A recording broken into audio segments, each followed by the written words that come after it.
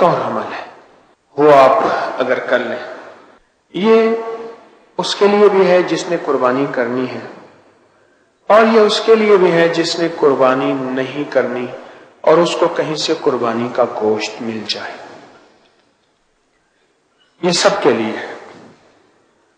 ایک بوٹی لے لیں یا ایک گوشت کا ٹکڑا لے لیں، ایک بوٹی سے لے کر گوشت کے ٹکڑے تک یہ عمل ہو سکتا ہے، بوٹی سے لے کر گوشت کے ٹکڑے تک یہ عمل ہو سکتا ہے۔ یہ ہمارے اکابر نے اپنی کتابوں میں لکھا ہے۔ اس کے بڑے فائدے ہیں اور اس کے بہت نتائج ہیں، لیکن شرط یہ ہے، ذرا غور سے سنیے گا، یہ صرف قربانی کے گوشت کے لیے عمل ہے، یہ قربانی کے گوشت کے لیے عمل ہے، اور کسی عمل کے لیے نہیں، اور کسی گوشت کے لیے نہیں ہے۔ اور یہ قربانی کا گوشت 3 دن ہوتا ہے، ٹھیک ہے؟ میں پھر اس کی وضاحت کروں گا، اس کی وضاحت پھر عرض کروں گا کہ آپ نے خود قربانی کی ہے یا آپ کو قربانی کا گوشت ملا ہے۔ اللہ اکبر، اس کی ترکیب ذرا غور سے سنیے گا۔ اب کرنا کیا ہے، اس گوشت کو سامنے رکھ کے صرف 313 دفعہ پڑھنا ہے، یا شہید ہو، بس۔ بڑا زبردست عمل ہے۔ اب اس کے فائدے سنیں۔ اس کو کھانا نہیں ہے، خود نہیں کھانا، اس کے چھوٹے چھوٹے ٹکڑے کر کے جانوروں کو ڈال دیں۔ اگر مچھلیاں ہوں تو سب سے بہتر، تالاب، دریا، نہر، یقین ہے اگر مچھلیاں ہوں، ورنہ چیل، کوے، کتے، بلیاں، جانور اللہ کی مخلوق، ان کو ڈال دیں، ان کو ڈال دیں۔ اس دوران ایک واقعہ یاد آیا۔ ایک جگہ میں صحرا میں گیا تو صحرا والوں نے بکری ذبح کی، اور بکری جب ذبح کی تو انہوں نے سری پائے پھینک دیے۔ کون جلائے، کیا کرے؟ میں نے ان سے کہا کہ سری پائے جو ہے وہ آپ نے کیوں پھینک دی؟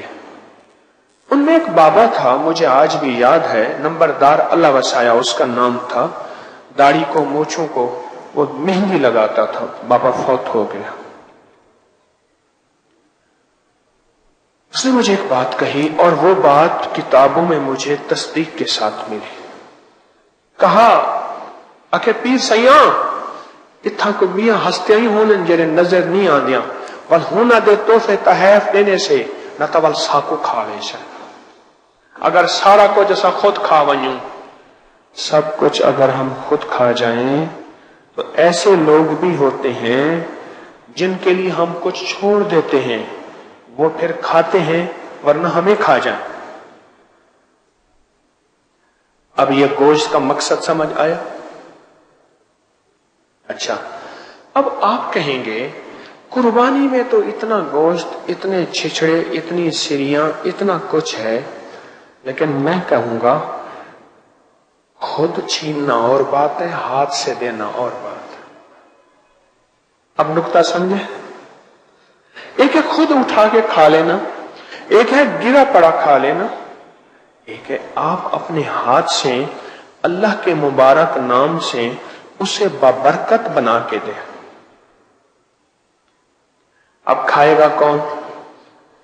یہ چوڑا خبیث کافر جن تو کھا نہیں سکتا، نیک درویش اللہ کا ولی جن کھائے گا، اور وہ آپ کا محافظ بن جائے گا، آپ کا گارڈ بن جائے گا، اور آپ کا ساتھی بن جائے گا۔ کئی واقعہ جو ہمارے بڑوں نے اس کے مشاہدات، تجربات، واقعات میں فوائد لکھے ہیں، اب وہ فوائد ذرا سنتے جائیے گا۔ جو فائدے ہمارے اکابر نے، بزرگوں نے اس کے لکھے ہیں، کس کے؟ گوشت جس پہ اول آخر 3 دفعہ درود پاک اور 313 بار یا شہید۔ پہلا فائدہ یہ لکھا ہے کہ جو بندہ یہ عمل کر کے بے زبان جانوروں کو یہ ڈالے گا، بس لفظ اتنا ہے، بے زبانوں کو ڈالے گا، تو اللہ پاک جل شانہ اسے بے زبانوں کی دعاؤں میں حصہ عطا فرمائے گا۔ بے زبان دعائیں بھی دیتے ہیں، بد دعائیں بھی دیتے ہیں۔ میں کہتا ہوں میرے پاس تو بڑے واقعات ہیں، بڑے مشاہدات ہیں۔ دوسرا فائدہ یہ ہے کہ جو بندہ اس کو پڑھ کے بے زبانوں کو ہدیہ صدقہ کرے گا، اللہ پاک جل شانہ کو اس کو ناکہانی ایسی آفات سے بچائیں گے جس سے اس کا کوئی عضو معطل ہو جائے۔ عضو معطل سے مراد بہرا ہو جائے، کان، آنکھ سے اندھا ہو جائے، یا لولا لنگڑا، یا ٹانگ کٹ جائے، ہاتھ کٹ جائے، آنکھ نکل جائے، یا زبان کینسر کی وجہ سے کسی وجہ سے کٹ جائے، یا بازو یا انگلی، یعنی اللہ پاک اس کے جسے پرانے بابے کہتے تھے اللہ نور بازو سلامت رکھنا، نور بازو، نور سے مراد آنکھیں اور بازو سے مراد ہاتھ پاؤں جسم اعضاء۔ جو یہ عمل کرے گا اللہ اس کے نور بازو سلامت رکھے۔ کتنا بڑا فائدہ ہے، اور یہ سال کے بعد یہ بابرکت عمل آنے والا ہے۔ سال کے بعد یہ بابرکت عمل آنے والا ہے، اور اس برکت والے عمل کی تاثیر کمال ہے اور بہت زیادہ ہے۔ اب تیسرا فائدہ سنیے، جو شخص اس عمل کو کسی عضو کی نیت کر کے کرے گا اس کا وہ عضو ٹھیک ہو جائے گا۔ مثلا گردوں کا مریض ہے تو گردوں کے بدلے اللہ اس گوشت کو، وہ گردوں والا گوشت ٹھیک ہو جائے گا۔ جگر کا مریض ہے، کسی بھی تکلیف جسم میں کوئی تکلیف ہے، اس تکلیف کی نیت کر کے کرے گا اللہ اس کے بدلے وہ تکلیف ٹھیک کر دے گا۔ اور چوتھا فائدہ اگر عورت بے اولادی کی نیت کر کے کرے گی، یا ماں کرے اور بیٹیوں اور بیٹوں کی اولاد کی نیت کر کے کرے کہ مولا ابھی یہ جوان نہیں ہوئے یا جوان ہو گئے ہیں، شادیوں کے قابل ہیں یا شادیاں ہو گئی ہیں، تو ان کی نسلوں کو بے اولادی کے داغ سے بچانا، اللہ ان کو اولاد اور ان کی نسلوں کو اولاد سے انشاءاللہ نوازے گا۔ کتنا زبردست عمل ہے، کتنا زبردست عمل ہے۔ اور انوکھا فائدہ بتا جو مجھے ملا، ملنے سے مراد جو مجھے سننے میں ملا، پڑھنے میں ملا، اس کا انوکھا فائدہ وہ یہ ہے کہ جو بندہ جتنے بڑے گوشت کے ٹکڑے پہ یہ عمل کرے گا اللہ پاک اتنا بڑے سونے کا ٹکڑا اسے عطا کرے گا، اتنا بڑا۔ اور دوسری ایک اور بزرگ ساتھ بیٹھے تھے، انہوں نے یہ بیان کیا، دوسرے نے بیان کیا، فرمایا کہ اتنا بڑا اللہ اس کو رزق اتنا وسیع عطا فرمائے گا۔ اس کا دوسرا معنی یہ ہے کہ ضروری نہیں سونے کا ڈلا، سونے کا ٹکڑا، سونے کا پیس ملے، اللہ پاک اتنا زیادہ اس کو وسیع رزق عطا فرمائیں گے، اتنا بڑا رزق اللہ پاک اس کو عطا فرمائیں گے، اتنا بڑا رزق اللہ اس کو عطا فرمائے۔ اگلا فائدہ سنیں، اور بہت زبردست فائدہ ہے۔ جو شخص اس کو نسلوں کے نصیب اور مقدر کی نیت کر کے کرے گا، نسلوں کے نصیب اور مقدر کر کے نیت، نسلوں کے نصیب اور مقدر کی نیت کر کے کرے گا، اللہ اس کی نسلوں میں فقر، فاقہ، غربت اور تنگ دستی، اللہ اس کے نسلوں کو فقر، فاقہ، غربت بہت زیادہ بلانے والے ہیں، ان کے ہاں چلا جاتا ہوں۔ میں نے دیکھا تو ان کا بھائی جو ہے ایسے چل رہا تھا تو ہاتھ میں تسبیح تھی، بات تھوڑی کرتا تھا، تسبیح زیادہ پڑتا تھا۔ اس کا دبئی میں بہت بڑا کاروبار، جسے کہنا چاہیے بہت بڑا کاروبار دبئی میں۔ کہنے لگا گاڑی میں جا رہا تھا، کچھ لوگ آئے، گاڑی کا دروازہ کھولا، بیٹھے، مجھے لے گئے، پھر میرے گھر والوں کو مہینوں پتہ نہ چلا، اور اس کے بعد بڑی اذیتوں کے بعد میں چھوٹا۔ اب وہاں بیٹھ کے پھر اللہ ہی تھا تنہائی میں، اور تو کچھ تھا ہی نہیں۔ کہا کہ وہ اللہ سے ذکر کرنے اور باتیں کرنے کی ایسی کوئی مجھے عادت سی پڑ گئی ہے، اب لوگ مجھے کہتے ہیں کہ آپ جیل کی اذیتوں کی وجہ سے خاموش ہو گئے ہیں، میں لوگوں کو لاکھ کہتا ہوں، نہیں، وہ مانتے نہیں۔ جیسے نا بندہ کوئی غم کی وجہ سے بعض اوقات نا چپ ہو جاتا ہے، وہ کیوں کہتے ہیں؟ اسے چپ لگ گئی ہے، خاموش ہو گیا ہے۔ کہا کہ میں لوگوں کو کہتا ہوں، نہیں، میں جیل کی وجہ سے خاموش نہیں ہوں۔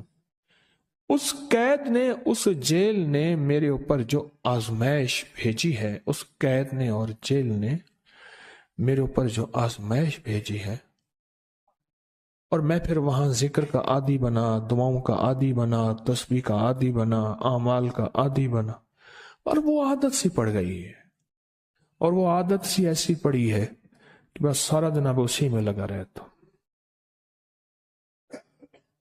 سارا دن اب اسی ذکر میں اور اسی یاد میں لگا رہتا ہوں۔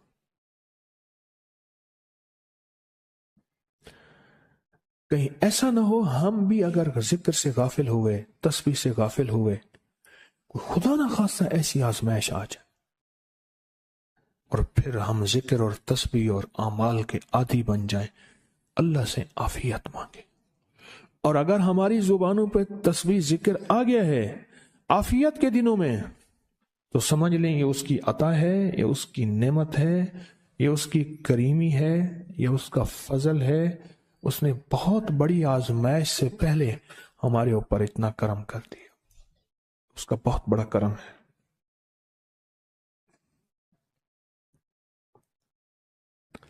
اس لیے اللہ جل شانہ کے حبیب کملی والے نے آزمائشوں سے پناہ مانگی ہے۔ اللہم انی اعوذ بک من جہد البلاء، آزمائش، کوئی بلا آ جائے، ودرک شقا، شقاوت میں میرا نام آئے، بدبختی میں، یہ بھی آزمائش ہے، وسوء القضاء، میرے لیے ایسے فیصلے ہونا شروع ہو جائیں جو مجھے برباد کر دیں، ایک کے بعد دوسرا میرے حق میں فیصلہ، میرے خلاف فیصلے سارے، وشماتت الاعداء، اور ایسا وقت میرے آزمائش نہ آئے کہ دشمن تالیاں بجائے، دشمن ہنسے اور میرا مذاق اڑائے۔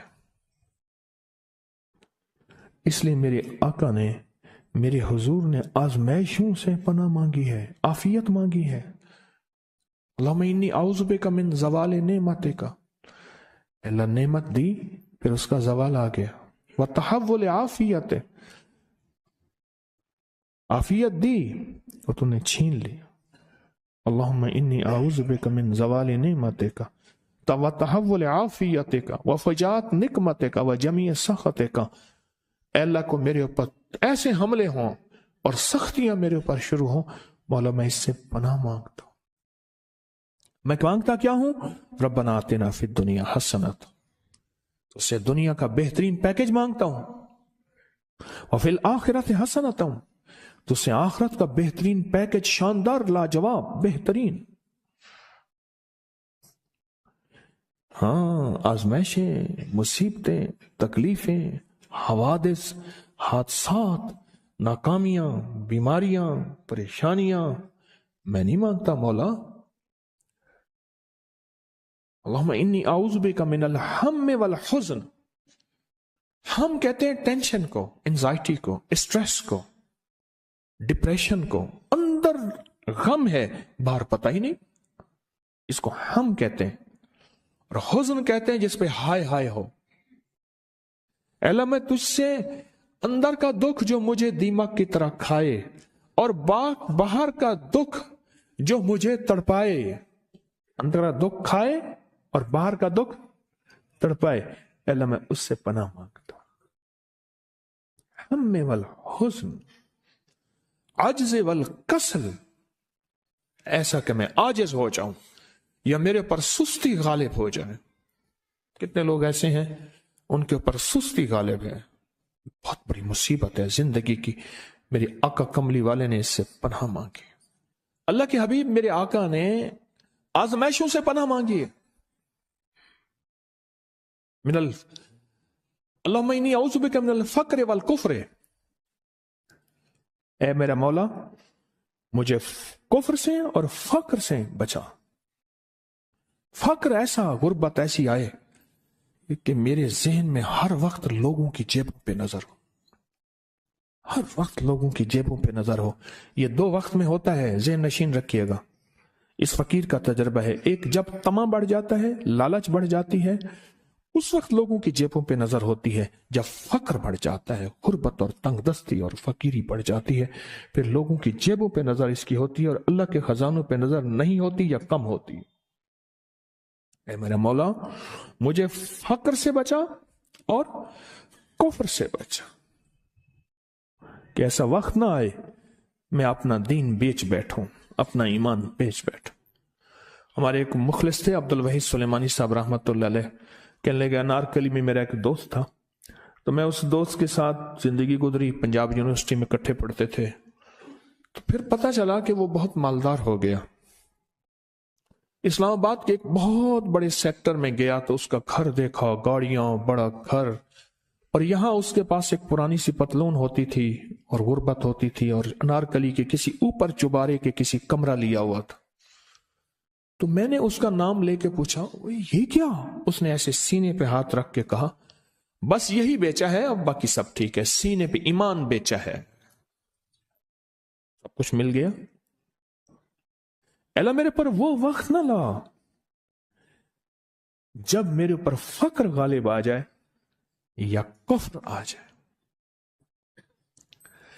میرے آقا کملی والے نے آزمائشوں سے پناہ مانگی، اور آپ حضرات کتنے خوش قسمت ہیں، اس کی شان کریمی اللہ نے آزمائشوں سے بچائے، اور انشاءاللہ ان نام کی برکتوں سے، ان دعاؤں کی برکتوں سے، ان تسبیحوں کی برکتوں سے، اس اللہ کے نام لینے کی برکت سے انشاءاللہ اللہ اور آزمائشوں سے بچائے گا۔ اللہ نے بغیر آزمائشوں کے ہمیں اپنا نام دے دیا، اپنے نام کی تسبیح دے دی، اپنا ذکر دے دیا، اپنی یادیں دے دی۔ کسی جگہ منہ سے اللہ نکل جاتا ہے، کہیں رحمان نکل جاتا ہے، کہیں بسم اللہ نکل جاتا ہے۔ ابو عبداللہ مغربی فرماتے ہیں میں نے رسول اللہ صلی اللہ علیہ وسلم کو خواب میں دیکھا، عرض کیا مجھے اللہ سے ایک حاجت ہے، کس وسیلے سے دعا مانگوں؟ عرض کیا مجھے اللہ سے ایک حاجت ہے، کس وسیلے سے دعا مانگوں؟ کوئی عمل بتا دیں، کوئی وسیلہ بتا دیں آقا۔ میں نے حضور سے خواب میں سوال کیا تو آپ نے ارشاد فرمایا جس کو بھی اللہ سے کوئی حاجت ہو اسے چاہیے وہ سجدے کرے، یعنی 2 رکعت ادا کرے اور سجدے کی ہر رکعت میں 40 مرتبہ آیت کریمہ پڑھے، جو میں عمل میں بتایا کرتا ہوں، لا الہ الا انت سبحانک انی کنت من الظالمین۔ جب بھی کوئی مشکل ہو، الجھن ہو، پریشانی ہو، کوئی تکلیف ہو، کوئی مسئلہ ہو، تو میرے حضور نے فرمایا کہ تو ایسا کر، تو ایسا کر، تو کیا کر، تو نفل پڑھ، ہر رکعت میں سبحان ربی الاعلیٰ کے بعد 40 مرتبہ آیت کریمہ پڑھ، اور پڑھ ایسے ڈوب ڈوب کے، مانگ مانگ کے، گڑ گڑا کے، بھیکاری محتاج سائل اور منگتا بن کے پڑھ۔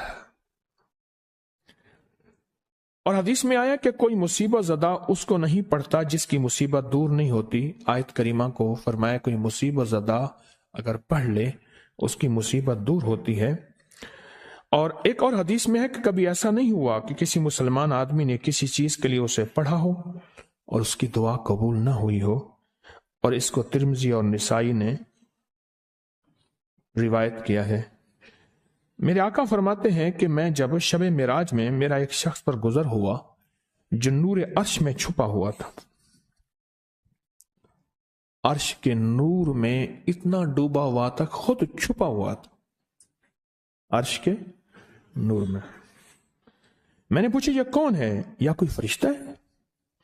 فرمایا نہیں۔ میں نے کہا تو پھر یہ کون ہے؟ فرمایا ایک انسان ہے، جب دنیا میں تھا تو یاد خدا اسے اس کی زبان پر تر و تازہ رہتی تھی، اس کا دل مسجد میں لگا رہتا تھا، آج اللہ کے حضور یہ نور عرش کے نور میں اتنا ڈوبا ہے کہ خود چھپ گیا۔ دو چیزوں کی وجہ سے، ایک، اس کی زبان ہر وقت اللہ کی یاد سے تر و تازہ رہتی تھی۔ جو دم غافل سو دم کافر، میں نے مرشد سبق پڑھایا ہو۔ حضور کہتے ہیں میں مرشد کے پاس گیا، میں نے کہا حضرت کو نصیحت فرما دیں۔ فرمایا میری نصیحت یہی ہے، جس دم غافل ہوگا سمجھ لے وہ دم تیرا کافر ہے۔ اور کافر کے معنی اصل ہیں انکار کے، وہ تیرا دم اللہ کے ساتھ جڑا ہوا نہیں ہے۔ اور میں ذکر کرنے والوں کی مثال زندہ کی ہے اور ذکر نہ کرنے والوں کی مثال مردہ کی ہے۔ حضرت خالد بن ولید نے فرمایا ایک طرف ہزاروں تھے اور فرمایا مجھے چند دے دیں، تو پوچھا آپ کو چند کیوں دیں؟ کہا وہ سارے مردہ ہیں،